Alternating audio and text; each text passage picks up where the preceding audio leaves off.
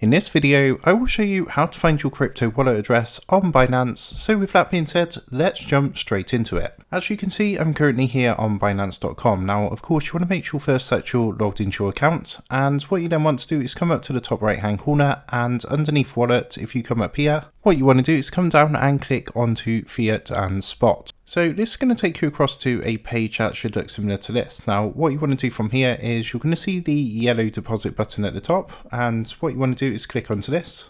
Next, what you're going to want to do is just go ahead and select the coin that you want to find the address for. So for example, if you were doing like USDT or Bitcoin, or what you can do is click onto this and you can actually scroll through and find your coin in here, or just go ahead and enter it into the search bar here. So if we wanted to use Litecoin, for example, what I would do is click onto Litecoin, and the next thing you need to do is select your network.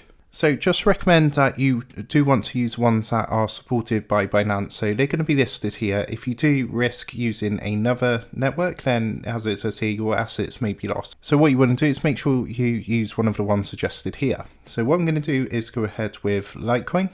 And if this is your first time setting up a wallet for this one, you're going to get a message like this where it says no Litecoin deposit address. So what you want to do from here is just click the yellow get address button. And what it's going to do is actually create an address for you. You can see we got a QR code as well, and you can now use this address to deposit cryptocurrency into your wallet. So I hope this quick tutorial helped you out today, and if it did, I'd really appreciate it if you was to consider dropping down below the video, leaving a like, and also subscribing to the channel.